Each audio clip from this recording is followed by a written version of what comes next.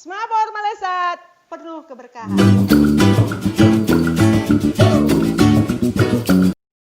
Assalamualaikum, apa kabar teman-teman? Kita hari ini akan belajar bagaimana menjawab pertanyaan yang sering muncul di dalam diri kita. Misalnya, kenapa saya sudah belajar, tapi ternyata hasilnya tidak baik, lupa. Kenapa saya sudah belajar, tapi nggak ingat. Nah, ini yang akan kita pelajari pada hari ini. Baik, mari kita sama-sama melihat ke sini bagaimana sebenarnya posisi belajar yang baik. Nah, ini sangat dipengaruhi oleh bagaimana kita menempatkan hati kita sebagai seorang peserta didik. Kalau kita sebagai peserta didik sangat menghargai guru, sangat menghargai waktu, sangat menghargai orang tua, maka saya kira belajar tidak akan terlalu sulit. Saya contohkan di sini. Di sini ada berapa gelas? Ada yang disebut dengan gelas bocor, kemudian ada gelas kotor, kemudian ada gelas penuh, lalu ini ada gelas kosong yang besar. Ibaratnya ini akan kita umpamakan. Ini adalah diri kita. Baik, Bunda mulai ya. Bunda mulai. Ibaratnya di sini ada yang disebut dengan gelas bocor. Bunda nggak bocorin gelasnya. Sayang dong, jadi nggak bisa dipakai nanti. Ibaratnya ini adalah benda bocor, gelas bocor. Kalau kita belajar, selalu masuk telinga kiri, keluar telinga kanan seperti ini. Apa yang dimasukkan, dinasihatkan akan keluar, akan bocor. Tidak bermanfaat, tidak berkah.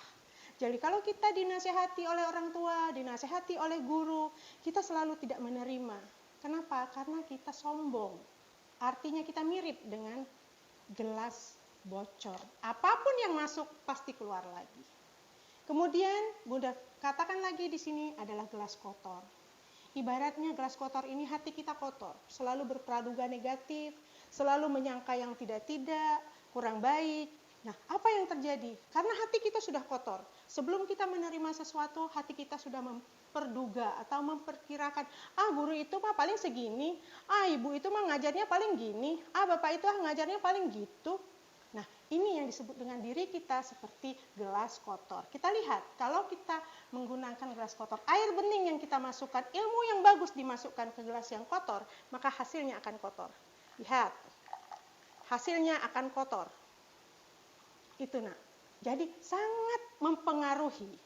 Hati kita sangat mempengaruhi bagaimana kita belajar. Lalu kalau kita belajar sebagai gelas penuh, di sini Bunda contohkan ada gelas penuh. Ini ibaratnya tuh kita sombong. Saya nggak diajarin sama guru itu udah bisa. Nggak diajarin sama bapak guru itu juga udah bisa. Saya tahu kok bisa di Google. Emang nak betul. Lebih pintar Google daripada guru. Tapi guru mendidik. Guru mendidik kamu, tapi bukan menggurui kamu. Maka gelas penuh ini jangan juga jadi pilihan. Kenapa? Begitu kita tuangkan gelas yang sudah penuh, airnya akan luber, akan tumpah. Ilmunya tidak akan nyangkut. Dia luber, tumpah tuh. Tumpah. Dinasehatin, nggak denger. Ngulang lagi, diberi pengetahuan, nggak masuk, ngulang lagi. Ibaratnya dia merasa pintar, tapi sebenarnya dia nggak pintar. Ini yang disebut dengan gelas kosong, gelas penuh. Oke anak-anak, ini yang dikatakan gelas. Ibarat hati kita. Gelasnya besar, hati kita harus lapang. Gelasnya kosong dan bersih, hati kita harus bersih dan kosong. Pada saat kita menerima ilmu apapun dari orang lain, baik itu dari guru kita, orang tua kita, saudara kita, teman kita. Seperti kita contohkan seperti ini. Nah. Kalau gelas ini bersih, kita masukkan air bersih, dia bersih. Karena dia luas dan besar, dia tidak penuh-penuh. Sehingga kita menampung ilmu. Semakin banyak ilmu yang masuk, semakin banyak yang tertampung.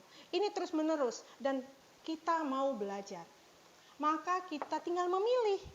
Apakah kita mau seperti gelas bocor? Apakah kita mau seperti gelas kotor? Ataukah kita seperti gelas penuh? Atau kita seperti gelas besar yang lapang bersih? Maka kalau kamu memilih dari sini, kamu sudah bisa menyimpulkan.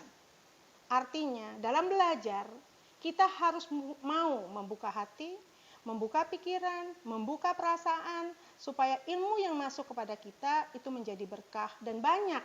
Apapun yang kita pelajari, nempel. Enggak belajar hari ini, besok jadi lupa. Belajar hari ini, matematika, besok masuk matematika lupa. Kenapa? Mungkin kita tidak fokus. Jadi kesimpulannya adalah kamu harus bisa memilih. Apakah diri kamu ingin menjadi gelas yang bersih, besar, dan kosong, sehingga ilmu apapun yang diberikan ke kamu, itu pasti hasilnya baik. Bu, gimana kalau ilmunya yang diberikan ilmu negatif? Kamu pun bisa berpikiran positif. Kalau hal itu tidak baik, pasti dia akan memfilter. Tapi kalaupun kamu berpikir itu tidak baik, lalu kamu lakukan, tetap kamu melakukan sesuatu yang baik, maka hasilnya akan baik. Saya akan memberikan contoh. Ada seorang teman menjaga toko. Lalu saya pergi ke toko tersebut. Ini contoh saya. Pergi ke toko tersebut untuk membeli buku. Ada 2 penjaga buku. Saya amati teman saya karena dia masih bertugas. Satu temannya mengobrol dengan teman saya. Saya amati, tiba-tiba datang seorang ibu-ibu, lalu dia mau nanya, ada buku ini enggak? Dengan kasar tapi. Teman yang satunya langsung bersungut-sungut. Udah mau cari buku, dia langsung berpikiran negatif. Sementara yang satunya, teman satunya tetap melayani dengan baik. Dilayani sampai ibu itu mendapatkan buku. Dilayani sampai ibu itu mendapatkan apa yang dia inginkan. Walaupun sikap ibu itu kasar, dia tetap lembut. Walaupun sikap ibu itu tidak baik, dia tetap baik.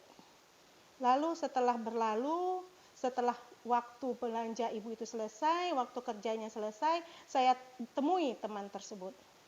Neng, namanya Neneng, kenapa kamu tetap bersikap baik, sementara orang tadi tidak bersikap baik kepada kamu? Karena saya tidak ingin terpengaruh oleh sikapnya. Saya bersikap, hati saya lapang, hati saya bersih, karena apapun yang dilakukan orang lain, bukan saya yang lakukan. Ibu itu boleh berbuat kasar, ibu itu boleh marah dengan saya, tapi saya tidak boleh marah dengan beliau. Kenapa? Karena saya di sini bertugas sebagai pelayan. Sama nak dengan kita. Sama. Kami guru, kalian murid. Maka terimalah ilmu yang kami berikan. Mungkin yang kamu tahu di luar lebih banyak, tapi kami akan memberikan lagi. Terima dengan baik, sehingga kamu akan menambah. Ilmu kamu akan bertambah, akan berkah. Sikap dan perilaku kita terhadap guru sangat mempengaruhi kesuksesan kita di depan. Sukses kita bukan karena kehebatan kita. Sukses kita bukan karena kekuatan kita belajar. Sukses kita bukan karena sesuatu, tapi sukses kita karena doa guru dan orang tua kita. Sekali lagi, Bunda ucapkan terima kasih. Mudah-mudahan di minggu-minggu yang akan datang kita dapat bercerita kembali. Assalamualaikum. Dah.